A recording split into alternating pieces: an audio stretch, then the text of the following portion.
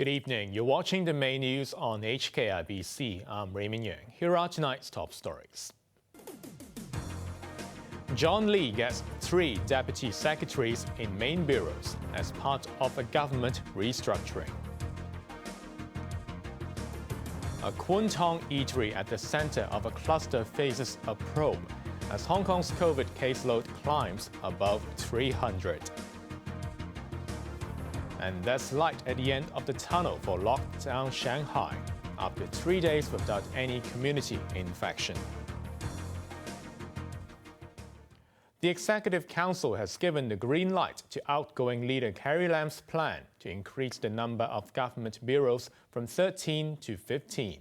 The 3 top ministers will also have deputy secretaries, as suggested by John Lee, who will succeed Lam on July 1st. Joanna Ho reports.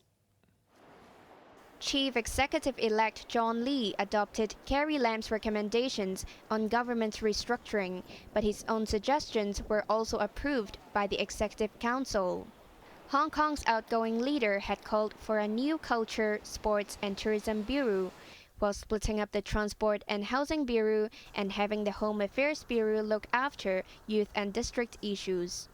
Lee called for 3 new deputy secretary positions for the chief secretary and the financial and justice ministers. He was asked, why should there be a deputy when the justice minister only oversees 1 department? But Lee said the secretary already has a heavy burden overlooking different units, including those connected with international law and law drafting, and he has other expectations. I want the Secretary for Justice and the deputy to go out to explain in full the legal system in Hong Kong and the rule of law and the independent judiciary in Hong Kong, so as to let people know the true picture of Hong Kong, particularly when we have been badmouthed by some politicians for political reasons, criticizing unfairly the system that is being practiced in Hong Kong. Under the new structure, the financial secretary will look after 6 bureaus, including housing and development. Lee said he thinks it would be better for the finance chief to handle housing and development because they are related with economic development. He said this would create a synergy that can foster better administration. Joanna Ho, HKIBC. The 3rd stage of the vaccine pass scheme will be rolled out at the end of this month as planned, although some health experts said it shouldn't apply to certain age groups.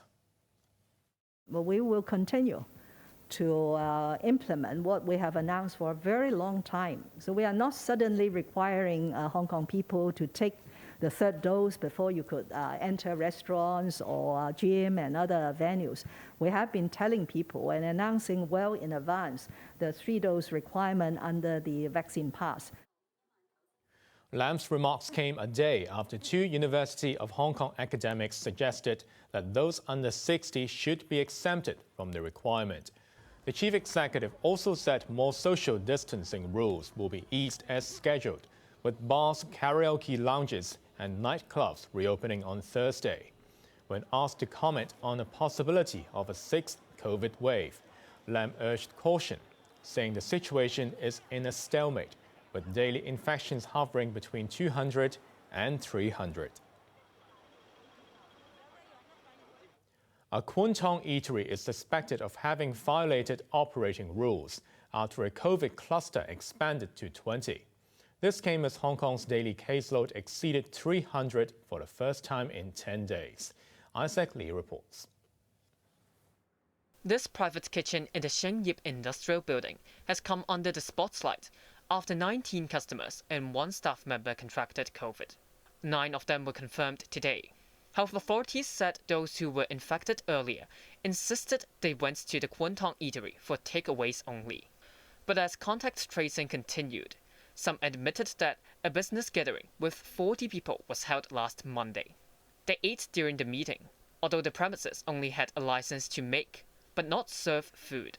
Customers were also not required to show their vaccine passes. 等相關嘅部門去再做進一步嘅調查啦。 Principal Health Officer Albert Au said an investigation will be launched to see if the eatery had violated any regulations.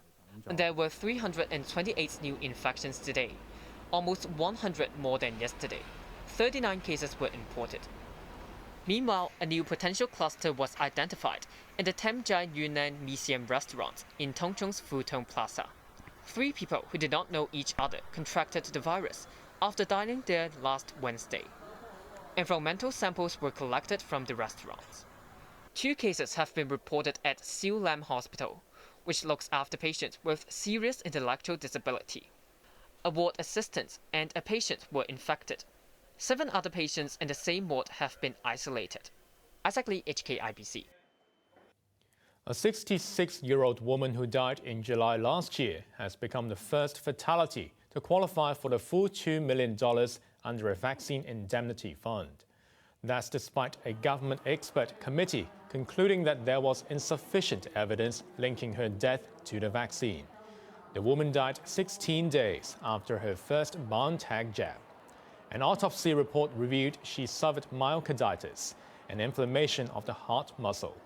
30 other applications for post-vaccination deaths were all rejected, either because they were deemed to be unrelated or there was incomplete information.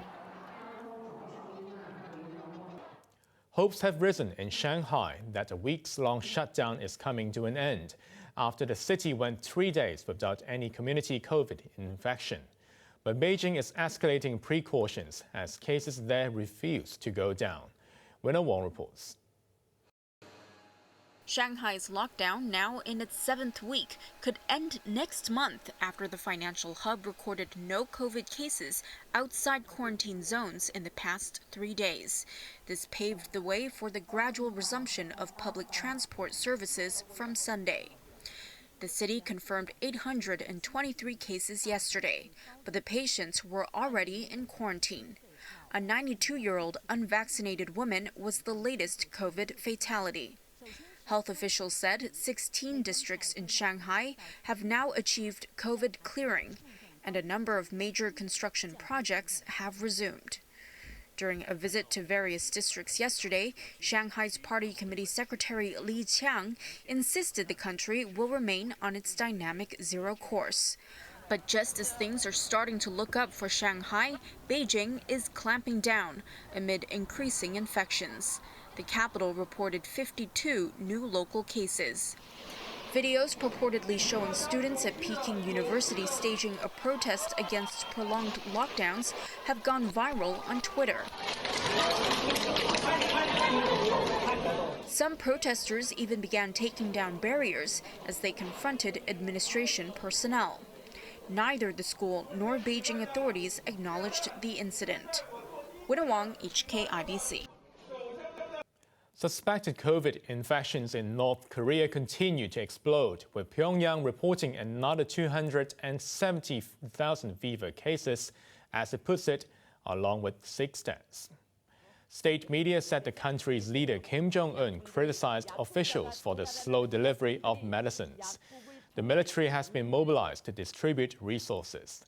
Officials insisted that they managed to keep the virus out for the past 2 years, until North Korea announced its first case last week. Since then, the number has ballooned to nearly 1.5 million.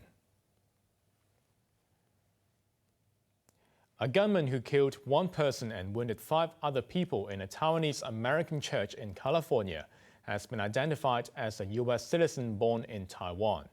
But he's said to have a long-standing grudge against the Taiwanese, and rising cross-strait tensions fueled his anger. Sarah Wong reports.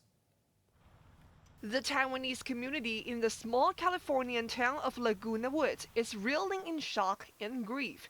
This came after a naturalized Taiwanese man opened fire in their church during a lunch attended by 140 people. Prominent Dr. John Chang, who was killed on the spot, was hailed as a hero, while 5 parishioners, including a 92-year-old, were wounded. It is known that Dr. Chang charged the individual, the suspect, attempted to disarm him, which allowed other parishioners to then intercede, taking the suspect into custody. He sacrificed himself so that others could live. That irony in a church is not lost on me. Police classified the shooting as a politically motivated hate incident after discovering that the gunman distinct to Taiwanese, although he was born in Taiwan. 68-year-old David Cho, who was said to have methodically planned the attack, was charged with 1 count of murder and 5 counts of attempted murder. I believe his hatred of Taiwan manifested when he was residing there in previous years. Possibly in his youth. He was not well received while living there. That's combined with the political environment of his hatred of the Taiwanese people between the China and Taiwan tensions that are currently occurring. Taiwanese President Tsai Ing-wen expressed deep concern and pledged assistance to the victims and their families. Sarah Wong, HKIBC. Russia has claimed its first major victory in Ukraine by fully seizing the southern city of Mariupol. More than 250 Ukrainian fighters were evacuated from the Azovstal steel plant that was under Russian bombardment for weeks. 53 of the evacuees were badly injured and were taken to the rebel-held town of Novosovsk. Russia said a deal was reached to release the wounded troops in exchange for Russian prisoners.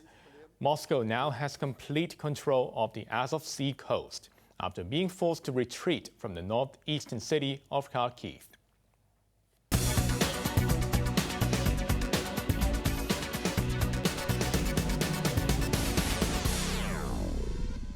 Hong Kong shares jumped today on hopes that economic activity in Shanghai will resume fully as the city brings its COVID outbreak under control.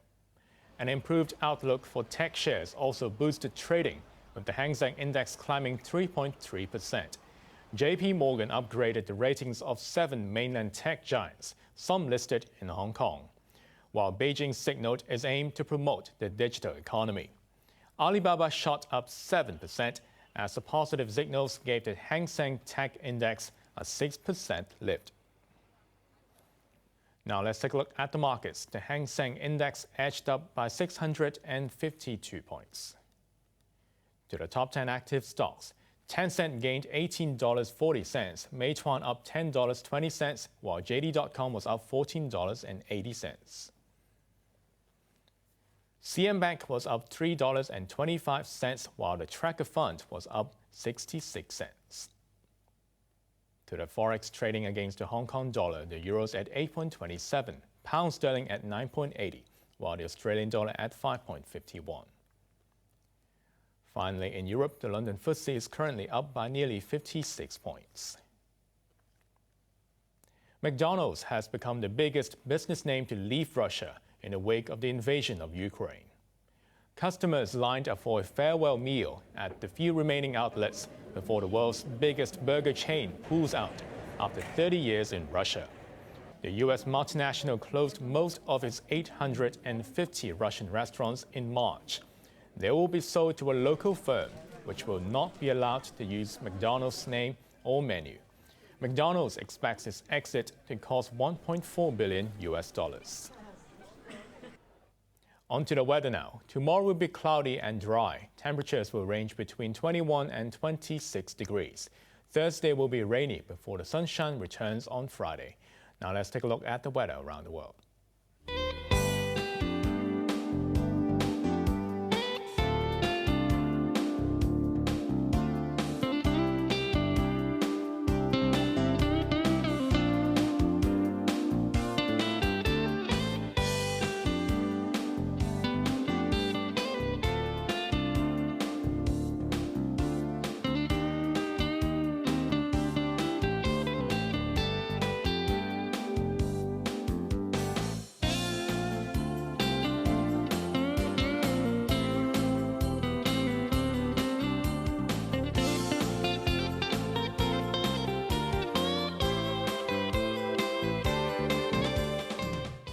That's our main news for Tuesday night. Join us for more news at 11. I'm Raymond Yeung. Thanks for watching.